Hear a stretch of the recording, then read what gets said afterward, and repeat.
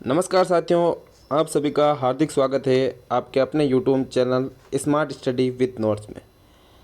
तो हमने राजस्थान के भूगोल के अंतर्गत सबसे पहले स्थिति और विस्तार को पढ़ा था, फिर राजस्थान के भौतिक प्रदेश को पढ़ा था, फिर राजस्थान की जलवायु को जाना था।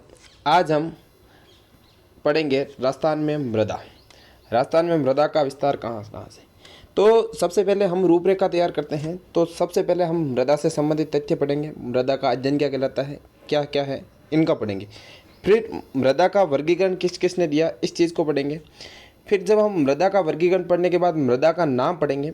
देखो, 4 चीज़ों से क्वेश्चन ज़्यादा पूछे जाता है। मृदा का नाम, उसका उपनाम, उसका विस्तार कहाँ कहाँ है और उसकी विशेषता क्या है। फिर एक वैज्ञानिक वर्गीकरण दिया गया है मृदा का, उसको पढ़ेंगे। और फिर मृदा से संबंधित योजना पढ़ेंगे। इन 5-6 टॉपिकों में हमारा मृदा का टॉपिक अच्छे से क्लियर हो जाएगा।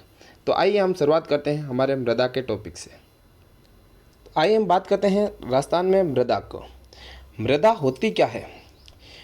मृदा होती क्या है, तो ध्यान रखना, भूपटल या क्रस्ट पर पाए जाने वाले असंगठित कण क्या कहलाते हैं, मृदा कहलाते हैं।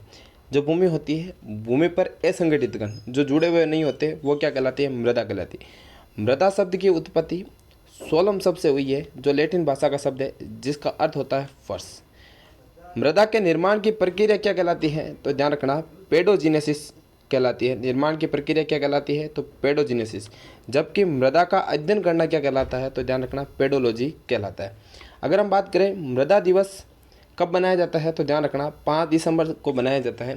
5 दिसंबर 2014 को यूएनओ के द्वारा इस दिवस को मनाने की घोषणा की गई थी। और हम बात करें मृदा वर्ष की, तो हम बात करेंगे मृदा वर्ष की, तो 2015 को मृदा वर्ष घोषित किया गया था। हम अब पढ़ते हैं मृदा का वर्गीकरण। भारतीय कृषि अनुसंधान परिषद नई दिल्ली, जिसका गठन 16 जुलाई 1929 को हुआ था, इसने 8 प्रकार की बताई है।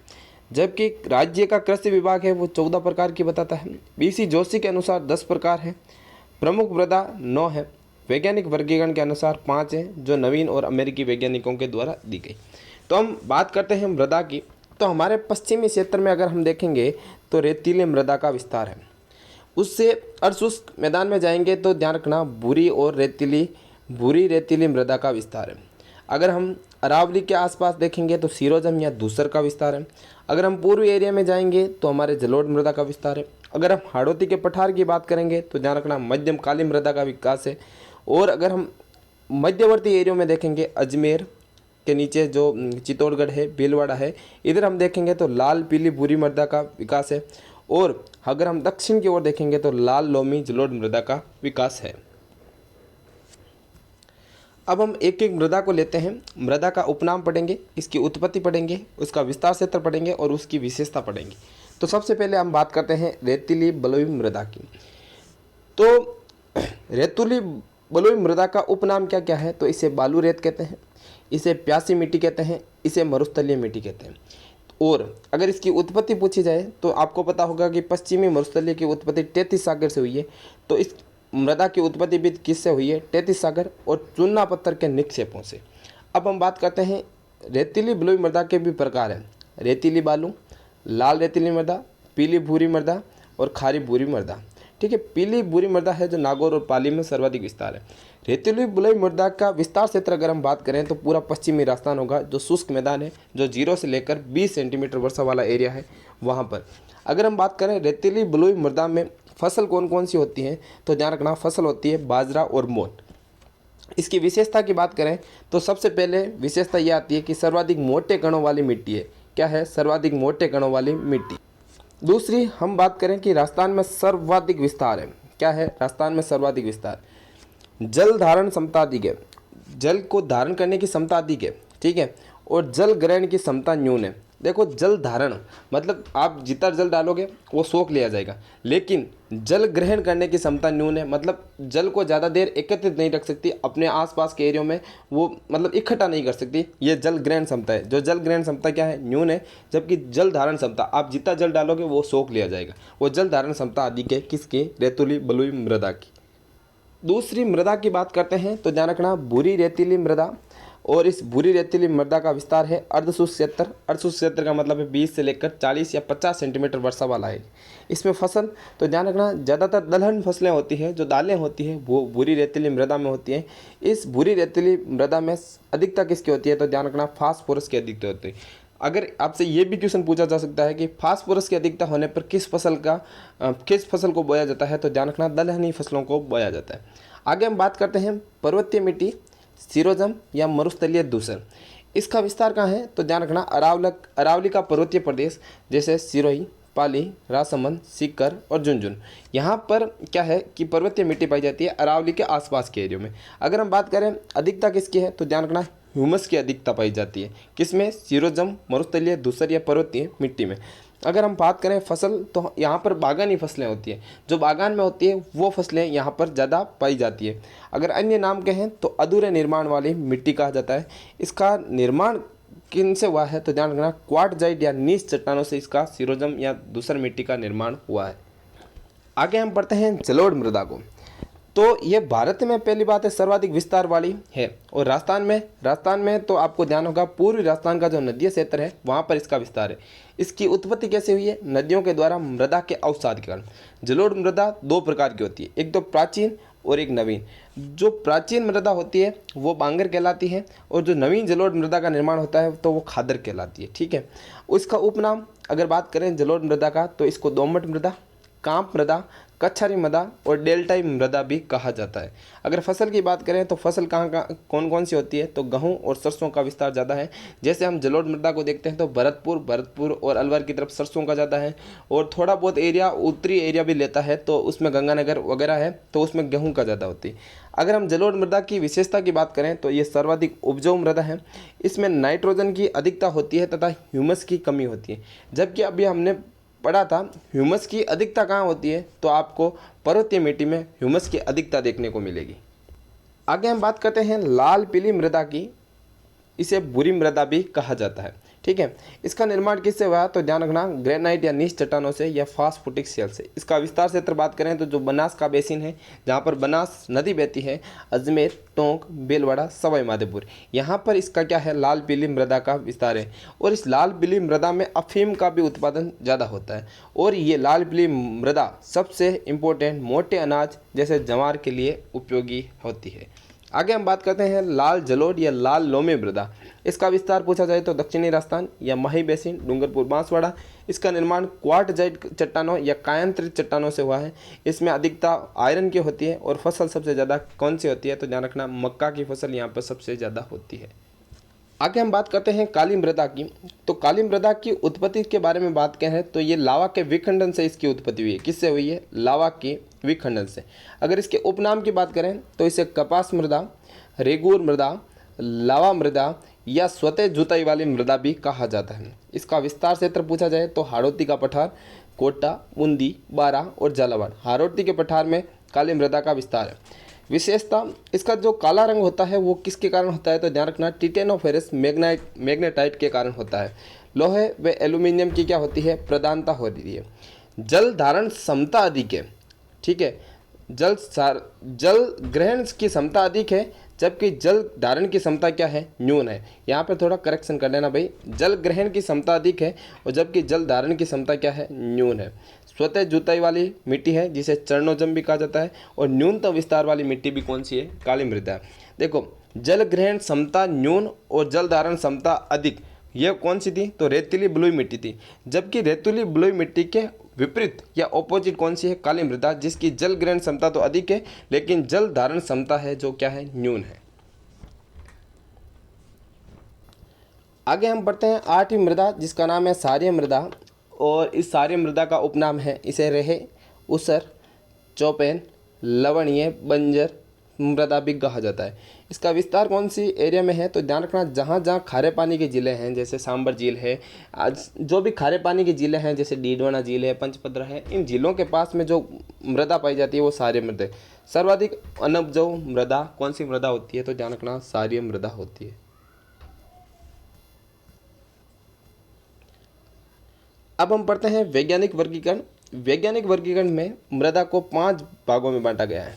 पहली मृदा जिसको एंटीसोल, ऐसे अगर हम देखें तो जो रेतीली बलुई मृदा है उसका नाम क्या कर दिया गया है, एंटीसोल कर दिया गया है। और ये जो पश्चिमी एरिया है वहाँ पर इसका सबसे ज़्यादा क्या है, विस्तार है, किसका, एंटीसोल का। अगर दूसरी बात करें तो एरिडीसोल, एरिडीसोल या इसे शुष्क मृदा कहा जाता है।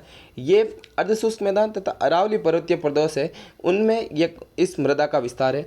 अगर हम बात करें तो ये पर्वतीय मिट्टी और लाल भूरी जो मृदा है उसका जो विस्तार है उसको एरिडीसोल कह दिया गया है, ये शुष्क मृदा है तथा ये अरावली के आसपास के एरिया में तथा अर्धशुष्क जो मैदान है वहाँ पर पाई जाती है। अगर बात करें तीसरी मृदा जिसका नाम है एल्पेसोल, एल्पेसोल वास्तव में जलोढ़ मृदा का ही नाम दिया गया है। ये पूर्वी एरिया है जहाँ पर जलोढ़ मृदा का विस्तार है, वहाँ पर एल्पेसोल का भी विस्तार है, इसे एल्पेसोल कहा गया। वर्टिसोल, वर्टिसोल एक तरह से देखें तो इसे काली मृदा कहा गया है, जिसका विस्तार है जो आपका कहाँ है, कोटा, बूंदी, बारा और झालावाड़ जो हाड़ौती का पठार है वहाँ पर इसको कहा गया है। जबकि इनसोप्टिसोल जो लाल लोमी मृदा है या लाल भूरी मृदा है जो दक्षिणी एरिया में देखी थी जबकि मध्यवर्ती बेसिन में देखी थी, उस मृदा का नाम इनसेप्टिसोल कर दिया गया। जहाँ पर मक्का का उत्पादन सबसे ज़्यादा होता है उनको इनसेप्टिसोल नाम दे दिया गया है। अब विस्तारित अन्य मृदाएं हैं, इनसे बहुत बार क्वेश्चन पुटअप होते हैं।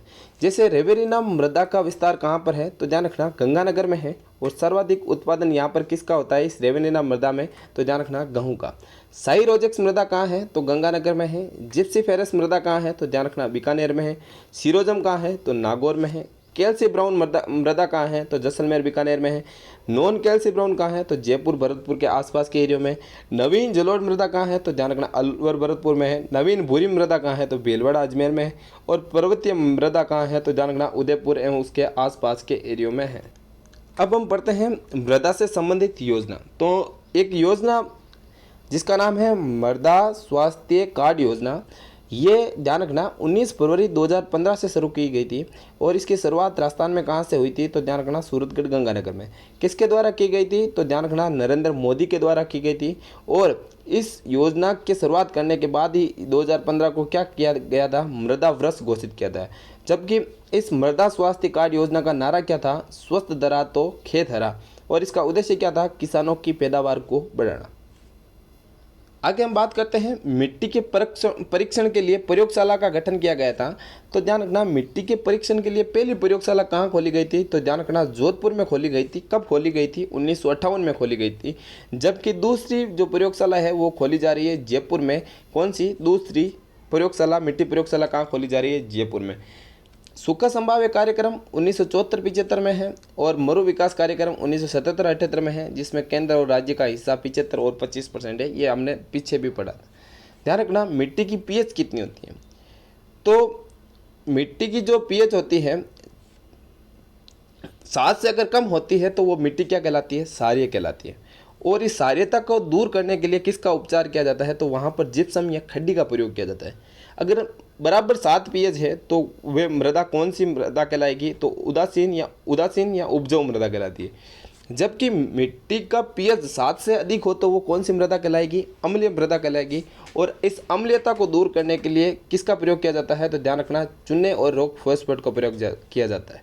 किसका प्रयोग किया जाता है, चूने या रॉक फॉस्फेट का प्रयोग किया जाता है। क्षारीयता को दूर करने के लिए जिप्सम या खड्डी का प्रयोग, अम्लीयता को दूर करने के लिए चूने और रॉक फॉस्फेट का प्रयोग किया जाता है। अब हम बात करते हैं मिट्टी की समस्या की। तो मिट्टी की समस्या में अपर्दन होता है। अपर्दन किन किन कारणों से होता है, तो ध्यान रखना जल अपर्दन भी होता है, वायु के कारण अपर्दन भी होता है और चादरी अपर्दन होता है।